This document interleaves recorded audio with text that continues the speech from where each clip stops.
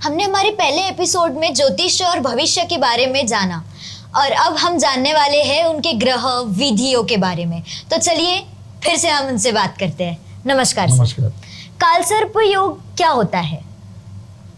ये कुंडली में रखी हुई ग्रह की ऐसी दशा है कि जिसमें राहु और केतु के बीच में सारे ग्रह आपने इकट्ठा कर दिए हैं। और जब आपका जन्म हुआ उस वक्त तो पोजीशनिंग क्या थी, सारे ग्रहों की पोजीशनिंग क्या थी, ये दोनों के बीच में पैसे तो वैसे ही राहु और केतु ये काल्पनिक ग्रह है, इनके कोई अस्तित्व नहीं है।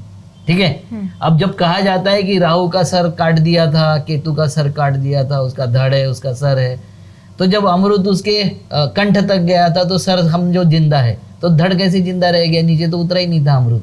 तो ये सब कथा कहानियां हैं, वो काल्पनिक ग्रह है, उनके दोनों के बीच में जाके वो सारे ग्रह बैठा देते, सारे जितने ग्रह हैं 9 ग्रह सारे वहीं रहते, उसके बीच में रहते। उस कुंडली की योग को वो बोलते हैं कि कालसर्प योग है। जो रिंग्स, लॉकेट्स, पत्थर ये सब जो देते, क्या इन सभी में विश्वास करना चाहिए? अब आप सूर्य की उपासना करोगे कि सूर्य को समझोगे, चांद की उपासना करोगे कि चांद पे से क्या मिल रहा है हमको। हमारे लोग चांद पर पहुंच गए और हम चांद की यहाँ शांति कर रहे, मंगल पे पहुंच गए और यहाँ मंगलों से हम शादी जोड़ रहे। मतलब मंगली पत्रिका है तो शादी नहीं जुड़ेगी, उसकी मंगली और फिर मंगल की शांति करके। भैया इनको उतनी फुर्सत नहीं है यार तुम्हारे ऊपर इतना ध्यान दे कि तुम्हारी कुंडली मंगली है तो मंगल तुम्हारे आके डिस्टर्ब कर देगा। और फिर वो कौन है उसको शांत करने वाला? हजारों लाखों करोड़ों किलोमीटर दूर, प्रकाश वर्ष दूर वो है। यहाँ बैठ के हम कुछ हिलाते हैं, कुछ डालते हैं, कुछ यज्ञ करते हैं तो उसकी शांति कैसी हो जाएगी?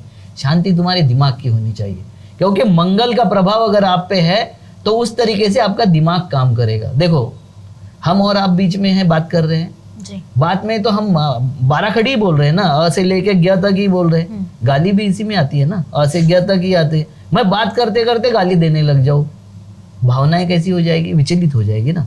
सुनने वाले की भी, आसपास सुनने वाले देखने वालों की भी भावना विचलित हो जाएगी। विचलित भावना में कोई भी काम हो सकता है। हो सकता है कि आप हमें मारने के लिए उतावले हो जाओ, हो सकता है कि आप अपने मित्रों को लेके आके मेरे से बदलने का प्रयास करें। ये हो सकता है कि नहीं हो सकता है? बिल्कुल हो सकता है। तो मैं तो शब्दों में बोल रहा हूँ, और शब्दों में अगर विचलित हो गया, ये विचलित करने का काम उस वक्त के वो प्रभाव कर सकते हैं। जैसे किसी को 7.5 लगी है तो 7.5 में विचलित रहता आदमी, उसके शब्दों का चयन ठीक नहीं रहता। तो जो आदमी हर वक्त दूसरे से डील अच्छे से कर लेता है, अच्छे से बात कर लेता है, उस वक्त विचलित भी अगर हो गया तो वो जिसके साथ में उसने उस तरीके का व्यवहार किया है, वो बाहर निकल के जब जाता है तो 4 लोग जो मेरे से खुश है, उन्होंने मुझे देखा है, वो उसको समझाते हैं कि भाई एक आध बार गुस्से में बोल दिया होगा, आदमी वैसा नहीं है, कल बात करेंगे, वो आपसे माफी मांग लेगा। आप शांत हो गई। मगर वो 4 मेरे से दुखी बैठे हुए बाहर, और उनको पता है कि ये हर वक्त ऐसा ही बिहेव करता है, इसका स्वभाव ऐसा है, ये किसी की मदद नहीं करता। इसके मेरे आसपास अगर ऐसे असंतुष्ट लोग होंगे, जिसको हम असंतुष्ट ग्रह बोलेंगे, आप जैसे ही बाहर जाओगे आपको पकड़ के वो तुरंत ले जाएगा पुलिस स्टेशन में, और क्या बोलेगा, ये ऐसे ही नालायक है, इसको तो पहुंचाना जरूरी है, और आपके माध्यम से मुझे जेल तक पहुंचा देंगे। ये कैसे हो गया? आपके बिहेवियर से हो गया। जब तक हम बिहेवियर हमारा इंसानियत वाला नहीं रखते, सबके साथ में हम मिला के मेल मिलाप से नहीं रहते हैं, ढंग से हम उसको हैंडल नहीं करते किसी भी परिस्थिति को, उस वक्त ये विपदा आपके ऊपर आती है। और फिर उसको ग्रह तारों का नाम देके और आपको समझाया जाता है कि इसकी शांति करो। ग्रह तारे की कोई ना शांति हो सकती है ना की जा सकती है।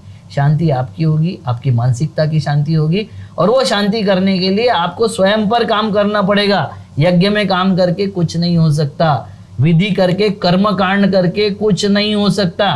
आपको स्वयं के ऊपर काम करना पड़ेगा, थिंकिंग अपनी खुद की करनी पड़ेगी, परिवार के साथ में संबंध अच्छे बनाने पड़ेंगे। ये संबंध बनाने के लिए भगवान आएगा क्या? कोई नहीं आएगा।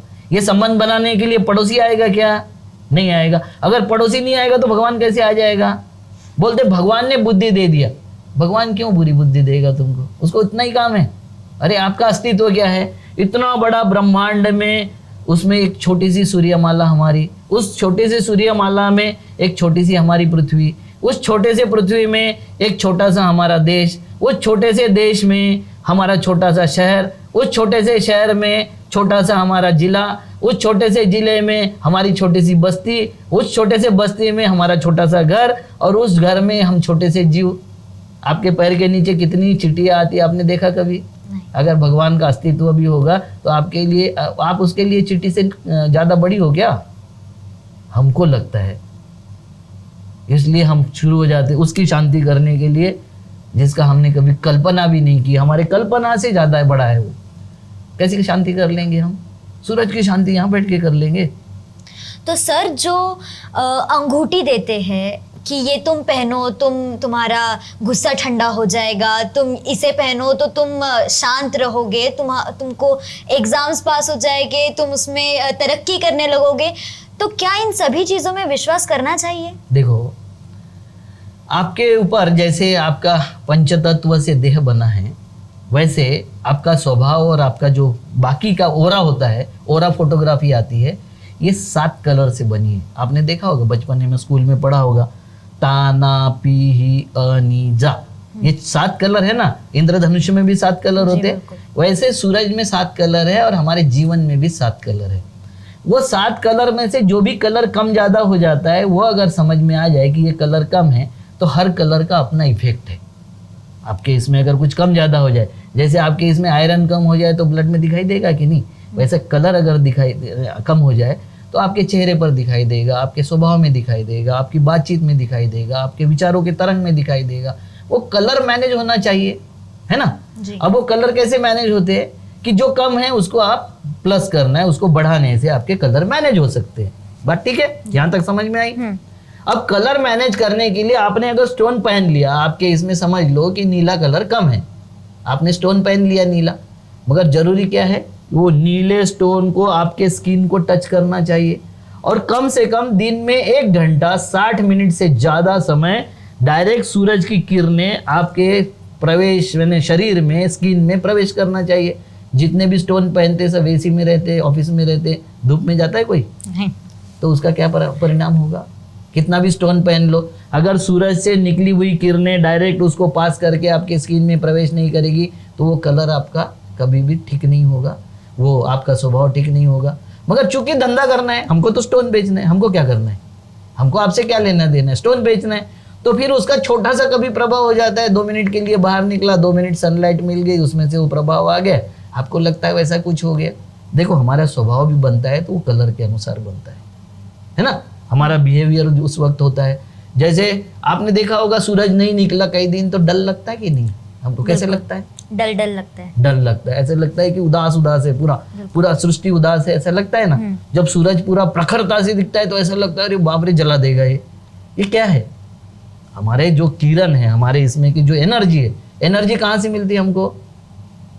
जो हमारा खाते हैं उससे शरीर को एनर्जी मिलती, मगर मानसिक एनर्जी जो अक्षण्य एनर्जी है हमारे पास में, वो कहाँ से मिलती है? तो सूर्य प्रकाश से मिलती है। यहाँ के सृष्टि का जितना प्रकाश है, जितना प्रभाव है, उससे मिलती है हमको।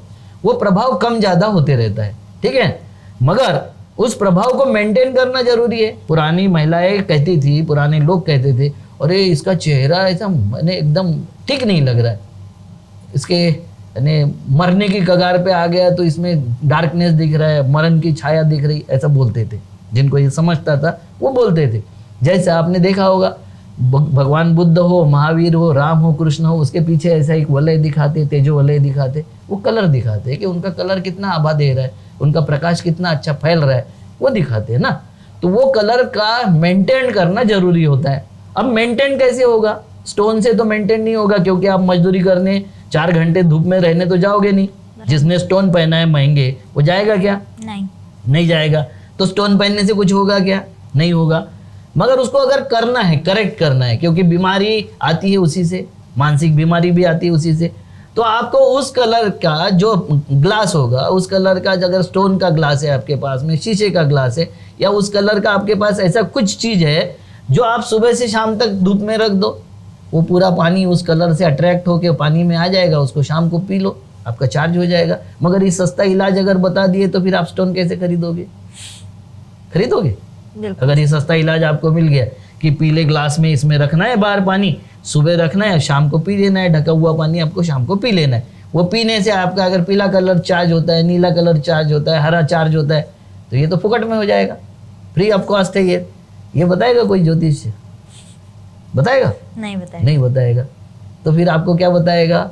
इतने रत्ती का, इतने बड़े कैरेट का, इसको गोल्ड में पहनो, उसको चांदी में पहनो, इतना बड़ा हीरा लो, इतना ये पहनो, क्योंकि उसको हीरा बेचने में भी कमीशन है, आपसे बताने में भी कमीशन है, हर चीज में पैसा मिल रहा है। तो वो पैसे वाला उपाय बताएगा, फ्री वाला बताएगा?